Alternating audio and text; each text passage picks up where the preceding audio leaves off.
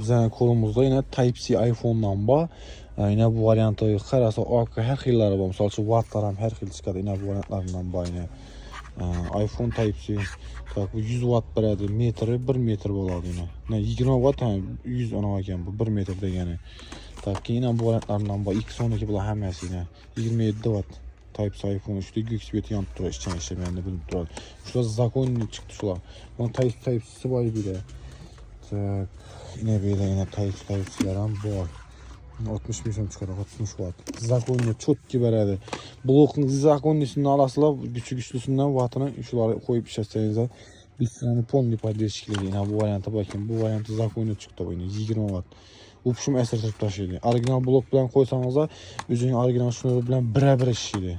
Yəni bu variantdan da bu bir qarışlık var 27 watt.